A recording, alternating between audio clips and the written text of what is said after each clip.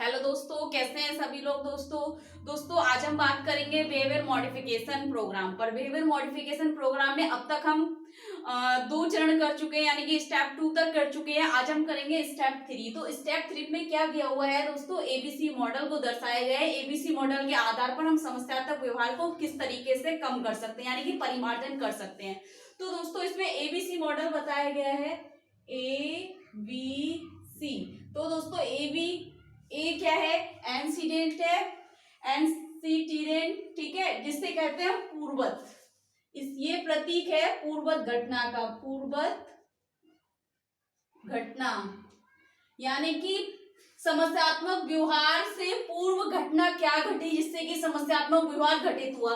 तो ए जो है एंटीसीडेंट, जो है पूर्वत कार्य या पूर्वत घटना या पूर्वत परिस्थिति या पूर्वत समस्या को प्रदर्शित करेगा। तो ए प्रतीक है पूर्वत घटना का, ठीक है। बी क्या है दोस्तों, बी है व्यवहार।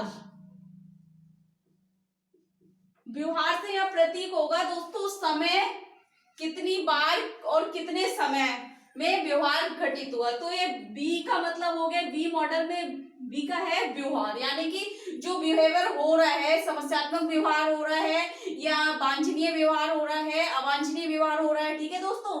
तो उस व्यवहार को दर्शाएगा और कितनी बार हो रहा है, कितने समय में हो रहा है और कितनी बार हो रहा है। तीसरा है दोस्तों सी है कॉन्सिक्वेंस। कॉन्सिक्वेंस क्या है दोस्तों, परिणाम। परिणाम का प्रतीक है ये। याद रखेंगे दोस्तों कि एबीसी मॉडल में क्या है, एक चीज अप्लाइड बिहेवियर एनालिसिस अलग है, क्योंकि कभी कभी क्या होता है ना, हम ए बी ए को एक ही ए बी एक ही अलग अलग है, ठीक है, एक ही समझ लेते हैं। ए बी है अप्लाइड बिहेवियर एनालिसिस अलग है, और एबीसी अलग है जिसमें एंसीडेंट बिहेवियर कॉन्सिक्वेंस एक और है दोस्तों, टास्क एनालिसिस है एक, टी ए। तो ये तीनों चीजें अलग है, ऐसा नहीं है सब एक ही है। तो ये चीज याद रखना, बिहेवियर मॉडिफिकेशन में क्या आता है, एबीसी मॉडल काम करता है, ये चीज नहीं करता है, ठीक है। अप्लाइड बिहेवियर एनालिसिस या फिर टास्क एनालिसिस, इसमें हम एबीसी मॉडल यूज करते हैं, जिससे एंसीडेंट बिहेवियर कॉन्सिक्वेंस, ठीक है। एंटीसीडेंट क्या है, पूर्वत घटना का प्रतीक है, पूर्वत घटना के बारे में बताएगा। बिहेवियर में क्या होगा, व्यवहार, उस व्यवहार को होगा जो व्यवहार घटित हो रहा है और कितने समय में कितनी बार घटित हो रहा है, इसका प्रतीक है, ये चीज बताएगा। कॉन्सिक्वेंस में व्यवहार घटने के पश्चात क्या परिणाम निकला या क्यों क्या हो रहा है, जब व्यवहार घटित कर रहा है बच्चे, समस्यात्मक व्यवहार कर रहा है, उसके बाद क्या प्रभाव पड़ा या उस समस्यात्मक व्यवहार का क्या प्रभाव पड़ा या क्या परिणाम निकला, ठीक है दोस्तों। तो ये एबीसी मॉडल का यही कार्य है। अब हम बात करें हमारे व्यवहार परिमार्जन कार्यक्रम में हमसे पूछा जाता है, इस प्रकार से कुछ निम्नलिखित प्रश्न दिए होते हैं जिसको हमने पूरा करना होता है, ठीक है। तो दोस्तों सबसे पहला एंटीसीडेंट में पूर्वत घटना में पूछा है, कोई जगह जहां पर समस्यात्मक व्यवहार घटित हुआ, यानी कि कोई ऐसी परिस्थिति या कोई स्थान, कोई जगह जहां पर बच्चा क्या है, समस्यात्मक व्यवहार घटित कर रहा है या हो रहा है। तो दोस्तों इसमें हमने क्या करना है, यहाँ पर हमने क्या लिख देना है कि कोई जगह पूछ रहा है आपसे, तो जगह कोई भी हो सकती है, तब हम लिख देंगे कि समस्यात्मक व्यवहार घटित होने का निश्चित स्थान अगर है तो कक्षा, अगर नहीं है तो नहीं है। तो इसमें हम इस तरीके से लिखेंगे, समस्यात्मक व्यवहार घटित होने का कोई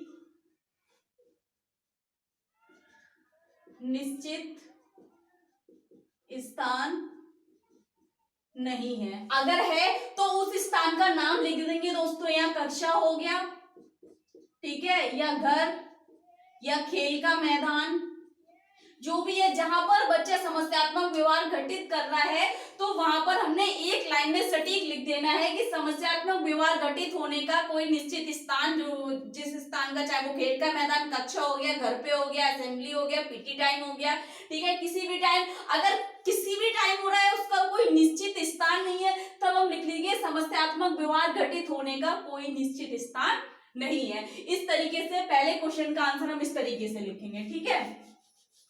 उसके बाद आता है दोस्तों दिन में कोई निश्चित समय, यानी कि बच्चा जब समस्यात्मक व्यवहार घटित कर रहा है तब उसका कोई समय, समय का मतलब है एक्टिविटी के टाइम कर रहा है वह, या फिर हम कह रहे हैं मॉर्निंग के टाइम कर रहा है, असेंबली के टाइम कर रहा है, या कैलेंडर एक्टिविटी के टाइम कर रहा है, लंच के टाइम कर रहा है, या गेम एक्टिविटी या गेम के टाइम कर रहा है, किस समय कर रहा है। तो दोस्तों हम क्या निश्चित समय लिख देंगे उसका, कि एक निश्चित समय में, कैसे लिखेंगे, समस्यात्मक व्यवहार घटने का कोई निश्चित समय नहीं है। ठीक है, एक लाइन हम इसके नीचे लिख देंगे कि दिन में कोई निश्चित समय नहीं है उसका समस्यात्मक व्यवहार घटने में, यानी कि किसी भी समय समस्यात्मक व्यवहार घटित हो सकता है। ठीक है, इस तरीके से। तीसरा पूछा है किसी व्यक्ति विशेष की उपस्थिति में समस्यात्मक व्यवहार घटित हो रहा है। अगर दोस्तों हम कहें कक्षा में किसी भी कोई नई टीचर आ गई या नया स्टूडेंट आ गया, या हम कह सकते हैं कोई गेस्ट टीचर आते हैं, या कोई हम कहें कि कोई राउंड पर है, या कुछ नया ऐसा हो रहा है जिसके होने से क्या हो रहा है, बच्चा जिस व्यक्ति के आने से समस्यात्मक व्यवहार घटित हो रहा है, तो हम यहाँ पर लिख देंगे समस्यात्मक व्यवहार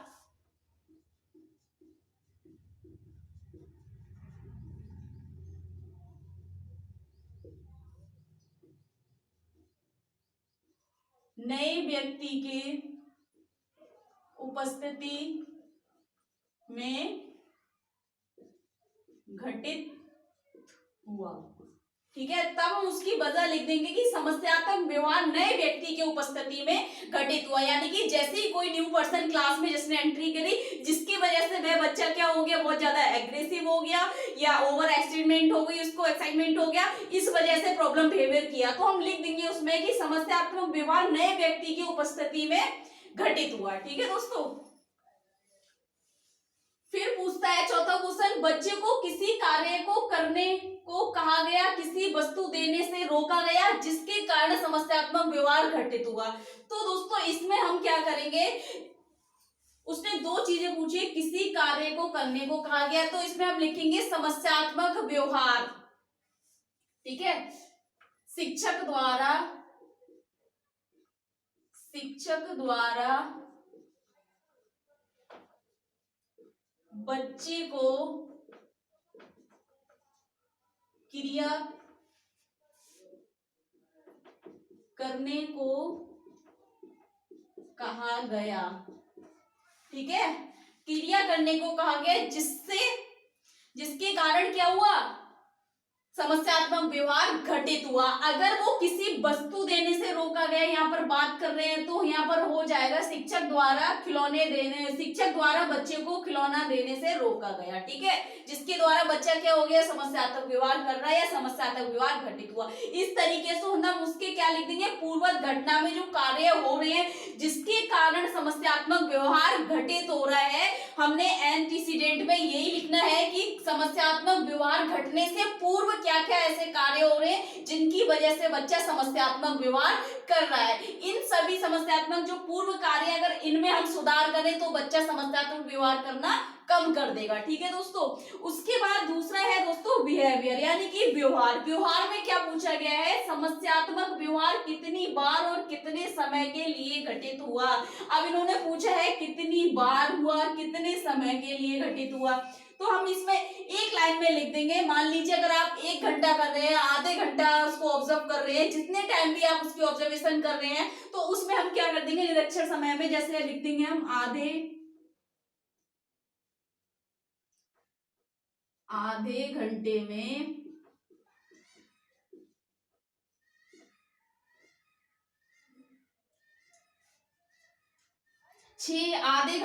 6 अंतराल में से 5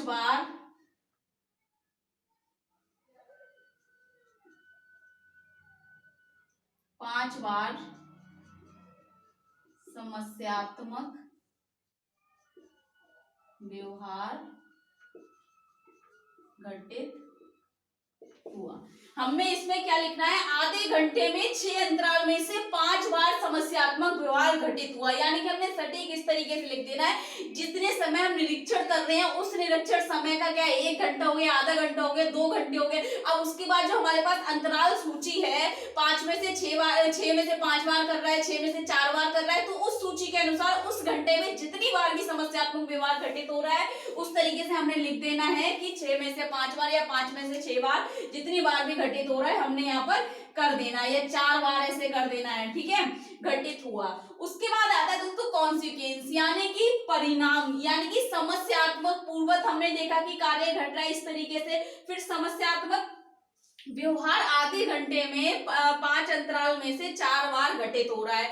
अब इसका परिणाम क्या हुआ, ठीक है दोस्तों, और क्या प्रभाव, तो कॉन्सिक्वेंस में हमने क्या करना है, उसमें 4 क्वेश्चन दे रखे होते हैं आपके बिहेवियर मॉडिफिकेशन जो फॉर्म है आपका व्यवहार परिमार्जन कार्यक्रम में, तो तीसरे चरण में ये कॉन्सिक्वेंस में 4 क्वेश्चन दे हैं। इसमें आपने क्या करना है, सबसे पहले दे रखा है अन्य लोग क्या करते हैं जब समस्यात्मक व्यवहार घटित होता है, यानी कि जब बच्चा समस्यात्मक व्यवहार कर रहा है तो उस समय जो उपस्थित व्यक्ति हैं उसके आसपास वे सब क्या करते हैं। अब जो अगर वो क्लास है या घर है या ट्यूशन है या प्लेइंग एक्टिविटी चल रही है, खेल का मैदान है, तो आसपास के लोग या उसके पास जो उपस्थित है वे लोग क्या करते हैं। अब हम यहाँ पर बात करें तो हम कक्षा में, क्योंकि हम किसी बच्चे के साथ अपना प्रैक्टिकल कर रहे हैं, किसी बच्चे के साथ प्रशिक्षण दे रहे हैं या व्यवहार परिमार्जन कार्यक्रम कर रहे हैं, तो यहाँ पर क्लास आ जाएगा। अन्य लोग क्या करते हैं जब समस्यात्मक व्यवहार घटित होता है, अन्य लोग से हो गए यहाँ शिक्षक।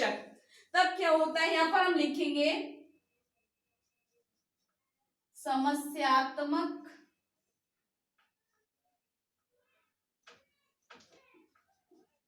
व्यवहार घटित होने पर, ठीक है, शिक्षिका या शिक्षक शारीरिक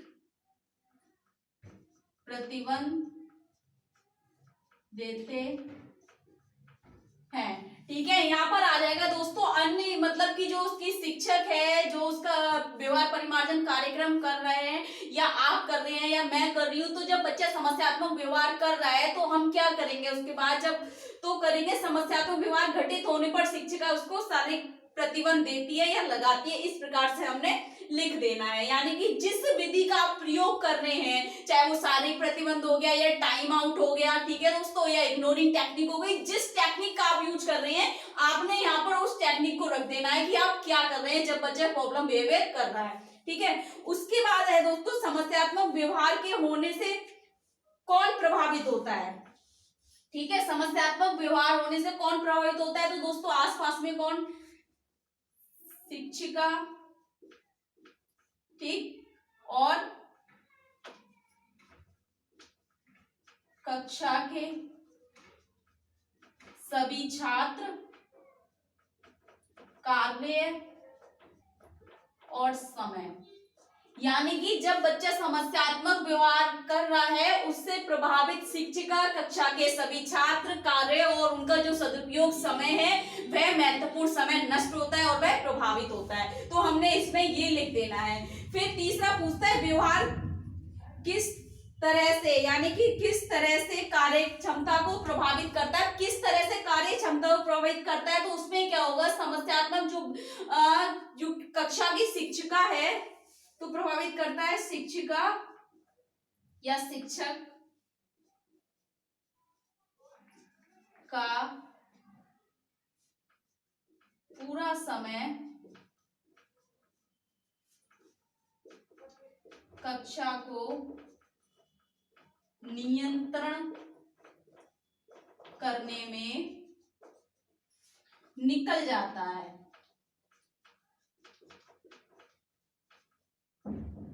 एवं पूरी कक्षा का कार्य प्रभावित होता है। ठीक है, हमने इसमें लिख देना है, वो कार्य क्षमता पूछ रहे हैं आपसे कि कार्य क्षमता को प्रभावित करता है, यानी कि किस तरह की कार्य क्षमता को प्रभावित कर रहा है। समस्यात्मक व्यवहार जब हो रहा है तो शिक्षक का पूरी कक्षा को नियंत्रण करने में निकल जाता है, यानी कि कक्षा को कंट्रोल करने में निकल जाता है, ठीक है दोस्तों। और उससे क्या होता है कि पूरी कक्षा का कार्य प्रभावित हो जाता है, यानी कि जिस समय में जिस कक्षा में कार्य होना चाहिए वह कार्य नहीं हो पाता है, क्योंकि शिक्षक का सारा टाइम बच्चों को कंट्रोल करने में निकल जाता है। इस तरीके से कार्य क्षमता को प्रभावित करता है समस्यात्मक व्यवहार। उसके बाद पूछते हैं बच्चों को क्या लाभ मिलता है, यानी कि जो बच्चे समस्यात्मक व्यवहार कर रहे हैं, ठीक है, और उनकी वजह से, ठीक है, तो जो समस्यात्मक व्यवहार किया जिस बच्चे ने, तो उस बच्चे को क्या लाभ मिला, समस्यात्मक व्यवहार करने से क्या लाभ मिला। तो बच्चों इसमें क्या लाभ मिलेगा दोस्तों, इसमें बच्चे को लाभ मिलेगा क्रिया से हटना, ठीक है, क्रिया से हट गया, क्रिया से निकलना। जब बच्चा समस्यात्मक व्यवहार करेगा तो टीचर उसको कंट्रोल करेगी, एक्टिविटी को करना छोड़ देगी, तो बच्चा क्रिया से हट गया, उसको क्रिया करनी नहीं पड़ रही है, उसे निकाल दिया क्रिया से। क्यों निकाला, क्योंकि वह चाहता था कि मैं समस्यात्मक व्यवहार करूं और इस क्रिया को ना करूं, जिससे कि एक्टिविटी से उसको निकाल दिया गया। और इसके सबसे बड़ा कारण क्या होता है, स्कूल या कक्षा से पलायन करना, ठीक है। सबसे बड़ा लाभ होता है बच्चे को समस्यात्मक व्यवहार घटाने का, कि जिससे घटित होने पर कक्षा या स्कूल से बच्चे का पलायन होना, ये बच्चे को लाभ मिलता है दोस्तों, ठीक है। तो इस प्रकार से आपको व्यवहार परिमार्जन कार्यक्रम का फॉर्म फिल करना है। अगर आपको इसमें कुछ समझ नहीं आ रहा है, कुछ पूछना है, तो कमेंट बॉक्स में जाके कमेंट करें दोस्तों। अगर वीडियो आपको अच्छी लग रही है तो लाइक कर दो। और इस तरीके से अगर आप फॉर्म नहीं भरेंगे, क्योंकि यहाँ तो मैंने आपको जस्ट सामने बता दिया है कि आपको लिखना है, लेकिन जहां पर व्यवहार परिमार्जन कार्यक्रम का जब आप फॉर्म उठा के देखेंगे तो नीचे थोड़ा सा गैप दे रखा है, आप इस गैप में लिखेंगे सारी लाइनिंग जो मैंने आपको आंसर बता रखे हैं। आपको इस तरीके से फॉर्म भरना है। ध्यान रखना है यहाँ पर आपको अपनी तकनीक लगानी है, जिस टेक्निक से आप बच्चे को क्या कर रहे हैं, कंट्रोल कर रहे हैं, उसका व्यवहार परिमार्जन कर रहे हैं। व्यवहार परिमार्जन करने की बहुत सारी विधियां हैं, उस विधि को आपने लिखना है। यहाँ पर मैंने एग्जाम्पल के तौर पर लिख दिया कि बच्चा समस्यात्मक व्यवहार कर रहा है, जिससे कि शारीरिक प्रतिबंध दिया गया है। दोस्तों अगर कोई क्वेश्चन है आपका तो पेपर का नाम, यूनिट का नाम मुझे देकर कमेंट बॉक्स में सेंड कर सकते हैं। Thank you so much.